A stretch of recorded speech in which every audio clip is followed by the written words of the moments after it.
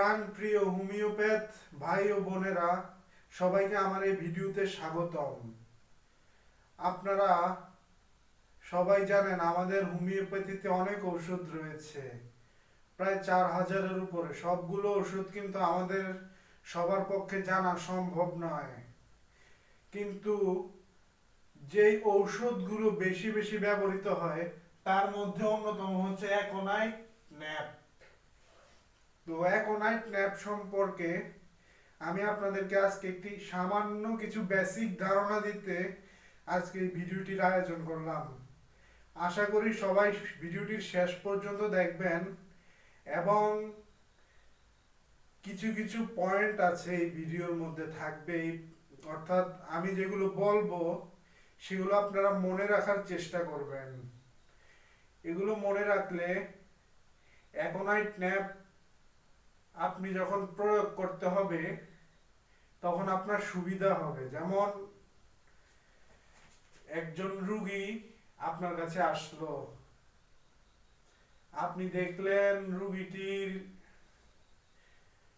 মনে করেন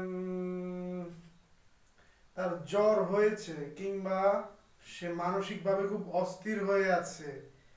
এমন অবস্থায় আপনি অ্যাকোনাইট দিতে পারেন, কিন্তু কোন ক্ষেত্রে দিবেন সেগুলো নিয়েই আমি আলোচনা করব। আর অ্যাকোনাইট ন্যাপ হচ্ছে, এটা একটা অ্যাকিউট ডিজিজ, অর্থাৎ তরুণ রোগের প্রধান ঔষধ। অর্থাৎ যে রোগগুলো হঠাৎ আসে এবং হঠাৎ চলে যায় সেইগুলোর প্রধান ওষুধ হচ্ছে অ্যাকোনাইট ন্যাপ। তো এটা হচ্ছে প্রথম বর্ষের ঔষধ। তো সব বর্ষের স্টুডেন্টরাই আমার ভিডিওটা দেখতে পারেন, কোনো সমস্যা নেই। আপনাদেরকে বেসিক ভাবে, একদম সংক্ষিপ্ত ভাবে অ্যাকোনাইট ন্যাপটা আমি আপনাদেরকে বুঝিয়ে দেব। অ্যাকোনাইট ন্যাপের সবচেয়ে সংক্ষিপ্ত বর্ণনাটা এখন আমি আপনাদেরকে দিব, সেটা আমি নোট করে রেখেছি। অ্যাকোনাইট দেওয়ার জন্য সর্বপ্রথম এবং সর্বপ্রধান শর্ত হচ্ছে, যেই রোগের জন্য আপনি অ্যাকোনাইট প্রয়োগ করবেন সেই রোগটি হঠাৎ আসবে, হঠাৎ।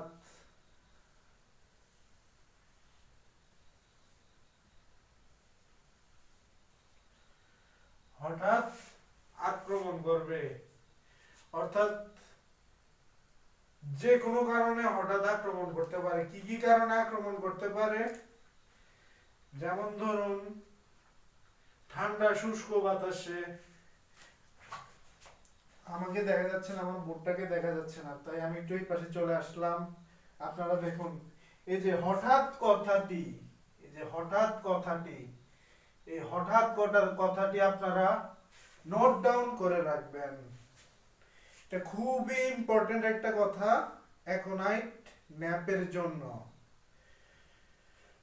হঠাৎ আক্রমণ করবে, হঠাৎ আসবে, হঠাৎ আপনাকে অনেক ভোগাবে, এটাই হচ্ছে অ্যাকোনাইটের প্রধান লক্ষণ। তো আপনারা কি করতে পারেন,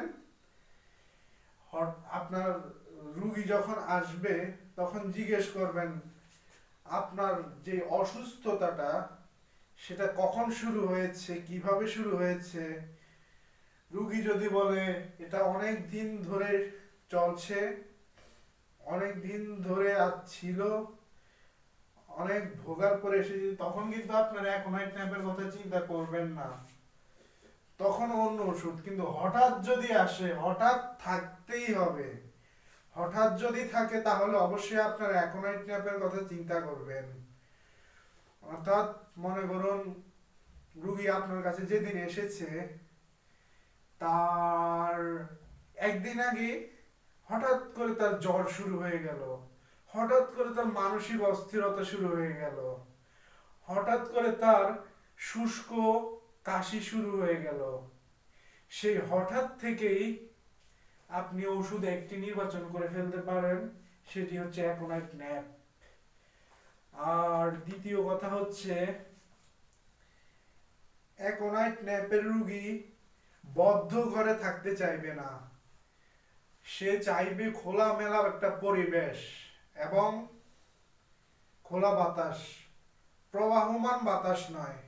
বাতাসটা হতে হবে অবশ্যই স্থির এবং ঠান্ডাও নয় গরমও নয়, নাতিশীতোষ্ণ একটা বাতাস সে পছন্দ করবে। কিন্তু হয়তো সেটা শীতকাল বলে পাবে না, কিংবা গরমকাল বলে অতিরিক্ত গরম, রোদে গেলে সেই আবহাওয়াটা সে পাবে না। তখন কি হবে?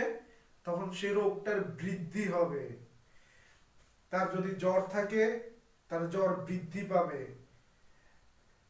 ঠান্ডা বাতাসেও বৃদ্ধি পাবে, অতিরিক্ত গরম অর্থাৎ গ্রীষ্মকালীন রৌদ্রেও তার রোগটা বৃদ্ধি পাবে। তারপর হচ্ছে রোগ অ্যাকোনাইটের আরেকটা ক্ষেত্র যখন আপনি প্রয়োগ করবেন, সেটা হচ্ছে হঠাৎ মানসিক ধাক্কা। যেমন কারো বাবা মারা গেল, কারো স্ত্রী মারা গেল, কারো স্বামী মারা গেল, কারো পুত্র মারা গেল, সেক্ষেত্রেও আপনি চিন্তা করতে পারেন অ্যাকোনাইট ন্যাপ। কখন চিন্তা করবেন? যদি সে অসুস্থ হয়ে যায়, সেই শোকটা যদি সে সামলাতে না পারে এবং সে মূর্ছা চলে যায়, বিভিন্ন কারণে সে অসুস্থ হয়ে পড়ে, সেই শোকের কারণে জ্বর উঠে গেল, তখন আপনি অ্যাকোনাইট ন্যাপ দিবেন। অ্যাকোনাইট ন্যাপ ধরুন 30 বা 200 এক ফোঁটা করে প্রয়োগ করলেন, জাদুর মতো ফল পাওয়া যাবে।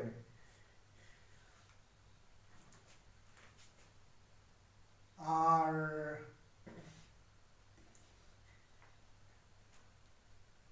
আরেকটা হচ্ছে অ্যাকোনাইটের লক্ষণে আমি বলছি, বুক ধড়ফড় করা, অর্থাৎ সে যে ভয় পাবে, এতটাই ভয় পাবে হঠাৎ করে যে তার বুক ধড়ফড় করবে। এর কারণ কি? এর কারণ হচ্ছে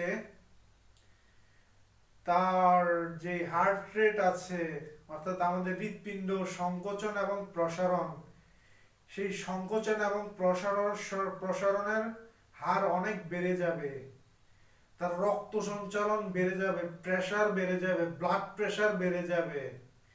আপনি ইচ্ছে করলে অ্যাকোনাইটের রোগীর প্রেসার মেপেও দেখতে পারবেন। হয়তো আপনি 150/100 পাবেন, জ্বরের সাথে সাথে 150/100 প্রেসার পাবেন আপনি। তো এটার কারণ কি? কারণ হচ্ছে স্নায়ুমণ্ডলী আক্রান্ত হয়েছে। স্নায়ুমণ্ডলী হচ্ছে আমাদের দেহের যেই নার্ভগুলো, রক্ত যেভাবে আছে আমাদের শরীরের, অর্থাৎ রগ, শিরা, ধমনী যেমন আছে, আমাদের দেহে স্নায়ুতন্ত্র আছে। সেই স্নায়ুতন্ত্র আক্রান্ত করে হচ্ছে অ্যাকোনাইটের রোগীদেরকে। তো এভাবেই আপনারা চিনবেন। তো আমি এখন লাস্ট একটা পয়েন্ট বলে দিচ্ছি কিভাবে চিনবেন অ্যাকোনাইটের রোগী। তার হঠাৎ শুরু হবে, রোগের খুব তীব্রতা থাকবে, ভয় থাকবে এবং অস্থিরতা থাকবে। এই 4টা লক্ষণ দেখলেই আপনি অ্যাকোনাইটটা বুঝতে পেরে যাবেন। মৃত্যু ভয় এত তীব্র থাকে যে সে মৃত্যুর তারিখ পর্যন্ত বলে দেয়।